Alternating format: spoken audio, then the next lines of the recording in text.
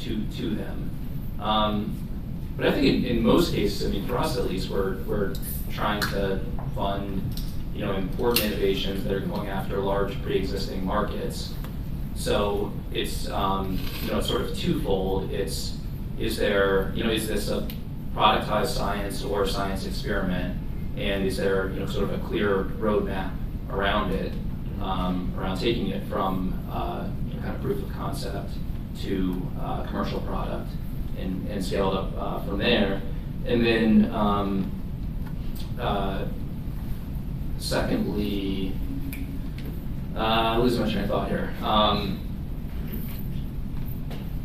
can give you a few seconds. Yeah, thank you. If Ahmet wants to add something in the meantime. Well, the challenge that you end up seeing in kind of market timing is, if, as Zack pointed out, if anyone could ever end up doing it on time, we would all be fantastically wealthy. That gets very hard. I think the best way of figuring out the timing for the market is figuring out, is the market or target market that you're looking at have a predictable timeline? And I guess the two analogies I can make is it kind of in a growing steady state, or is it, as Jay Gould said, punctuated equilibrium? We have all these new ideas coming out, and there's going to be a mass extinction event. It's very exciting to invest in multiple ideas if you forecast a mass extinction event, because you just want one to survive and keep going. But if you're investing in a space where there's kind of steady development, like pharma, like automotive, it's kind of safer to kind of figure out what is the growing timeline, how can you match up with kind of emerging pathways. And it really depends on how you as an investor is forecasting the market. Do you see pharma being disrupted by changes at the FDA? If so, invest in multiple different startups that want to become the next Pfizer or Merck. Come on, just up the Hudson River is Regeneron. People would not forecasted a while ago that they were going to become the next big pharma company. Cross the river, Celgene got acquired, and that's in the biotech space. But in other spaces, we're seeing forecasts of new automobiles, and Tesla's kind of surviving. But then you look at Fisker Automotive, is that the one that had a fantastic blow up? Crashes occur, and that was kind of a punctuated equilibrium of one of them might survive. But that's, I guess, before you can figure out timing, you have to figure out what's your thesis about what the market's going to look like. I think also some of the hyped up markets, like for example VR, there was very high expectations, and we haven't really seen, aside from the Oculus acquisition, a lot of really breakthrough companies even now.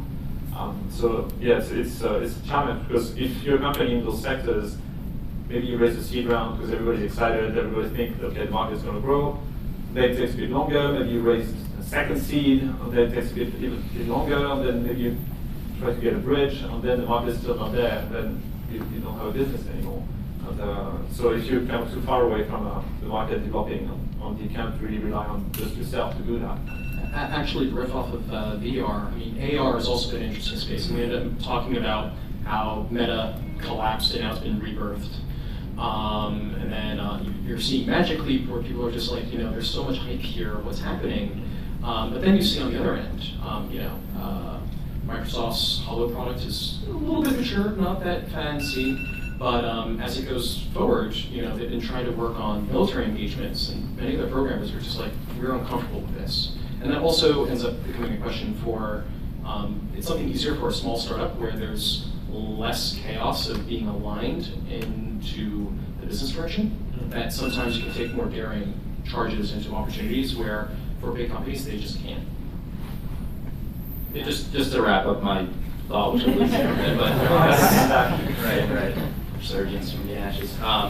But obviously, the question of product market fit is crucial, and as Zack I think mentioned, we don't want to get seduced into funding interesting innovation in search of a problem, and that can lead us to niche markets and long periods of discovery, which is not a good use of capital and typically doesn't lead to good outcomes. But I think obviously important to work backwards, or either work backwards from or have a clear understanding from the get-go as to product market fit and what needs in the market it's filling. And this of course gets tricky because it's not necessarily what needs are visible right now, but it's what needs might materialize, as the world, evolves and various, technical forces, converge or consumer preferences change or whatever. And I guess it's, it's sort of making sense of that and being able to really see product market fit in a, kind of broad, expansive, imaginative way that I think is such a, really probably separates good investors from, or maybe great investors from good investors, more than anything else. So I think it's the product, it's the product market fit question, and then having a sense of, what kind of market risk might you be taking on given the sector in which you're operating and the dynamics of kind of that exit ecosystem in it. So I'd like to talk about teams, because in early stage investment, a lot is about, okay, is the technology working, but then is the team able to turn that into a large business? And with teams that come from research or science, sometimes there's a question whether they're able to adapt and scale and manage. So what's maybe Matt, what's your view on that, and what's your experience through early investments? Don't invest in tenured professors. Because that will always be a kind of a side project for them? Yes. Yeah, and by the way, that's how the job aside, it's very tempting because there's a lot of them floating around. That's deep tech. The best outlook from their lab. Yeah.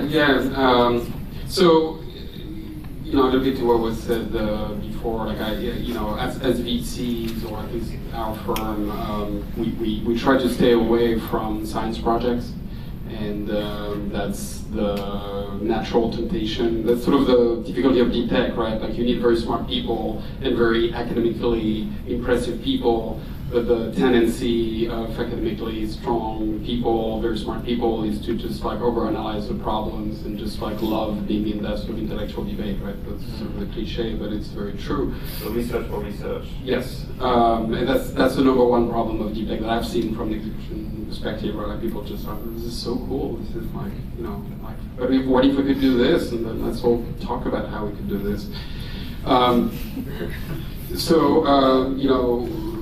We look for people that are interested in deep tech, have the intellectual chops of pulling it off, but are fundamentally market-driven, execution-oriented, and just have that drive and urge to just get things done. And sometimes it's actually just a question of like personal psychology.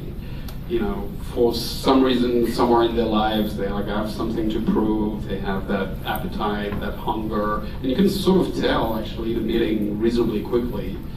And then it needs to be people that ultimately care about serving customers. The customer is the person that needs to be happy, and it's not about them. It's not about the project. Not about the founder. It's not about the project. It's about the customer, which sounds obvious when you say it like that, but really, when you sit down in meeting after meeting, it's actually not obvious. So that's what I look for in a team. Somebody, and often it's a combination, right? So you have like the more commercial people, and the more academically strong people. But the ideal scenario is when you find all of this in one person. Somebody who has like intellectual and academic chops, but also has that hunger and also has that ability to get stuff done. There's not many of them.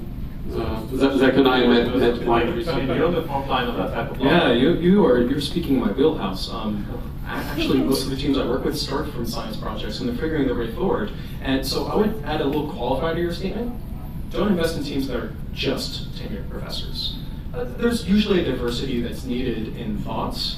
And actually, I would say the important qualifier of evaluating a team includes all the elements you brought forward. And one thing that I would say, especially early on for team sizes of 2 to 5, conflict resolution.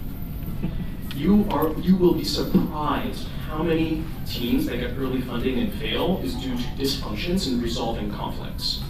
If they cannot speak with each other, and cannot be honest and engaging in their conflicts and coming together to a solution, agreeing to it, and executing towards it, excuse my coarse language, they're going to fucking fail. Okay? So how do you evaluate that? How do you evaluate how good they are at conflict resolution? So for AVX, it takes time. So as we introduce entrepreneurs to these inventors and is it a matching between the researchers and entrepreneurs? Eventually a match occurs. I first introduce, Okay. and then I evaluate, and I track, and kind of like a therapist or a matchmaker, I check in on both sides of the table. How did your first date go? Has it gone well? What's your second date? What's your third date? What have you talked about? Oh, there's tension building up. How did you resolve that? And it's kind of this, there's no real formula for perfectly evaluating it, and for people who may have had backgrounds in therapy or family in this, yes, there are some frameworks of, what is, like, do people avoid? Do they engage? Are they energetic and they always have to be right, or they're compromising? There's like some heuristics in how to evaluate this, but there's nothing perfect in the human condition other than recognizing that the chemistry works or not, as well as kind of a lifeline on that. So it's really important for the evaluation of these teams and how they grow is how they get along. And that's how you can end up figuring out that sometimes some pairings didn't quite work out at that time. And if a different business partner was involved, perhaps things could work out. Other times, maybe the person is fundamentally broken, and maybe there's someone that you can't invest in again. And that's kind of the secret sharing of bad eggs that gets gossiped about at bars. But yeah. So I just want to be mindful of time because I know 2 of our panelists have hard stops. So what time do we have now? 5 p.m. So still have a few minutes. I know you were supposed to leave at 5. But I'll turn now to our audience for maybe a few questions. So let's try to keep the questions short and the answers short so we get straight to the point. I'll circulate the mic. I think we have some microphones. Hi. If you could just state your name and your company and then your question. Sure. So my name is Mirella. We're starting Massive Venture. It's a venture studio here in New York. It's around biology. So we look at biology as the next coding platform. One of the things, Matt, you're talking about the price of starting a company in the tech in the old days. And things happened in tech. If it was the personal computer, if it was cloud computing, everything that made prices much cheaper. We think, meaning looking at biology as a computing platform, that the same thing is happening and will happen in biology. And it's a nice network effect, meaning more innovation, more startups, more investors coming into the field, and so on. I was wondering, meaning from your perspective as investors in this space, do you see it the same way? Do you see the positive effect of it? Okay, so is it happening in biology? Yeah, I mean, we've been active investors for several years. I think, computational drug discovery is having its moment in the sun. Synthetic biology is, it's fascinating in its expansiveness. There are healthcare applications, there are materials applications, there are chemicals applications, and there are these really big questions around what can be done with biology as sort of a workhorse that maybe we've traditionally done as with petrochemicals or with silicon. So I think this is there are so many fundamental kind of drivers that are converging now, sequencing, synthesis, machine learning, and robotic automation, and it's awesome that you're starting up this studio. I'm really excited to see what comes from it. But yeah, completely like-minded. Maybe add on to that because we started probably the first accelerator dedicated to biology, I think the Bio in San Francisco. Now we've invested through that program, the one in London, Rebel Bio, in about 150 biotech companies related to clean food, like cellular agriculture, CRISPR type of therapies. So we absolutely see that happening as well. Yeah, there's a lot of growth in this space, especially in kind of a lot of advancements in kind of making it repeatable to do these kind of reads and writes. There is a lot of challenges, and I think one of the difficulties of people jumping into the space without having a biology background or without working with a team with some biologists is that they oversimplify. I don't think oversimplify is the right one, but they make too much of an analogy to semiconductors and improving hard drive specs by making them write faster and better and all that. And yes, you can invest in like 20 different George Church spin-offs. And I love George Church, he's great. But it's like the challenge there is that the development cycle on that is not necessarily purely in improvements in materials. There's a certain statistical limit of what you can do at the atomic scale versus this molecular scale. And then especially for these systems that are naturally easy, it's one risk put forward. Okay, I'm going to take one more question. Yes. Yeah. Hey guys, I'm Jessie Lamb. I'm the former CFO at Brink. It's a hardware accelerator and investment fund in Hong Kong and everywhere else. My question is actually from a practical perspective, investing in deep tech. I think Matt was the one that said that deep tech might be a lot about R&D. And so in that case, how do you guys see the difference between deep tech investing versus maybe more traditional venture capital? Do you see yourself writing large checks, or there's a larger lead time, or does your waterfall, do your LPs allow for a longer period of time to see maybe returns or exits or something like that? What are some of the differences that you see in the industry? I actually don't think it's so different in deep tech than other industries. To be a great investor, you have to be willing to weather the ups and the downs, and both of those require the ability to just continue to follow on in your investments, which means you have to be able to put dollars to work. It's very difficult to put small dollars to work at scale and be anything other than extremely lucky. I think that's true very true in deep tech. Maybe less true in areas where you can have scale a little faster, but in deep tech, I think you need to be able to put dollars to work to really be successful. Yeah, so I think the question was about, do you see notable differences in the size of checks you have to make at the early stage and the timelines? Yeah, I mean, like, for most Series A's in deep tech, but I think this is generally like where Series A's are across the board, you're looking at like $10 million rounds, and these are rounds where if you want to own a big piece of a company, you have to be willing to write a minimum like $6 to $8 million check. And you could invest earlier, but that company's going to go need to raise a lot of money later on. And so the trajectory is a bit different. Maybe the early checks are similar to other companies at seed, and then it takes off and it becomes more expensive. I actually don't think it's that different across the board. I really don't. Yeah, to call a spade, is that an expression? I think financing deep tech companies is much harder in general, because by the time you get to Series A, you just don't have the same type of metrics as all your SaaS cousins or consumer cousins. So you still have the Series A and sometimes the Series B in the territory of you need a particularly charismatic founder or founding teams that are able to tell stories, certainly show progress and all the things, but you still in to some extent, I don't want to caricature it, but to some extent you're still in the storytelling mode. And there's just not that many funds who like deep tech. I mean, Lux is doing incredible work in that world, but there's not many Luxes. Right? There's Lux, Data Collective. There's just not that many funds specifically focused on this, and obviously you guys at the earlier stage. So it's harder, no question. Now, as to how much money does it take, I would actually. There's so many different companies, it's hard to generalize, but like interestingly, I don't know that deep tech companies take more money ultimately, but they take more money earlier for the reasons we discussed. But I was looking, maybe that's 2 or 3 years old now, but I was looking at Fitbit and I think that was Box at the IPO moment. And the profiles were really interesting because Fitbit, first of all, had a lot more revenue than Box.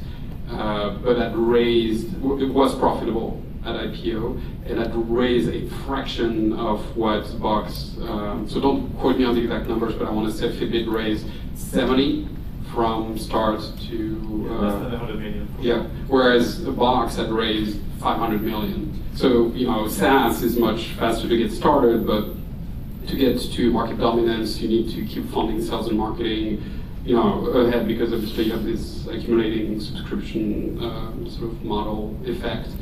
So actually deep tech companies can be, when you look at the whole journey, actually can be very capital efficient in a sort of counterintuitive way. Yeah, I was just going to tack onto that. I do think it's more capital intensive in the earlier stages. I think maybe one difference, once kind of product market fit has been established, is the ways in which deep tech companies can work with their ecosystem and figure out ways that the rest of the value chain or incumbents or whatever can finance some of the journey. So I think that's different than a SaaS company. You find ways to kind of creatively finance your innovation across the ecosystem that you're supporting. So yeah, the one thing I would end up putting is it really depends on the numbers and what sort of products you're looking at, because for at least biotech investments, their Series A's can be huge. And for some deep tech companies that require a bit more CapEx on kind of going forward, usually those deals are structured in a hyper-specific tranche, where you kind of vet each piece that's being bought, but at the same time, you as an investor knows what components are there. So worst case scenario, which happens 90% of the time the company goes under, there's actually assets in the company that can actually be used to at least capture some of that value back that doesn't get too lost. It really depends on what sort of technology, what sort of materials you're working on, if those can be translated or not. I would put that as kind of an example. That happens a lot in bio companies that have to wind down. There's underlying assets. Yeah, there's underlying assets, there's IP that can be auctioned off, there's other work that can make it a bit better. But yeah, it's definitely the same sort of, there is a bit of a difference, but it's just kind of like, are you willing to do the homework? Because if you take a deep tech investor and put them into the SaaS market or put them into direct-to-consumer investing, different skill set entirely. Or I would argue it's a different skill set entirely. So there's definitely a bit of variability. I'll ask one question I'm particularly interested in is around the deal flow on the way, because our challenge at investing at the prototype stage super early on is that essentially the companies are not very visible through media. And so we had to build a lot of connections on relationships to actually, you get it on, okay. Thank you. You told me hard stuff, 5:15, I think you're probably Thanks, Zack. Busy man. So the question is around deal flow, like what, in your case, where do you identify, so I think in your case, quite clearly you work with universities directly in the labs. But in the case of Matt and Dan, where do you find the companies to invest in? Like, what are the signals that make you identify them, or the networks you use? Yeah, sure. Definitely no shortage of sources, but primarily, I guess, we've invested in a few YC companies, a few companies out of other indie bio companies as well. And there are, a few major academic labs. Church was brought up. We've invested in companies like the Church Lab, the Quake Lab, portfolio CEOs, make referrals. We look sort of, upstream and downstream of our portfolio companies, other investors, and then just, kind of pound the pavement and conferences have proven to be pretty useful as well. So really, kind of across the board, but probably, I'd say accelerators, investors, and portfolio CEOs have been our biggest channels. Matt, I imagine that the fact that you went to those large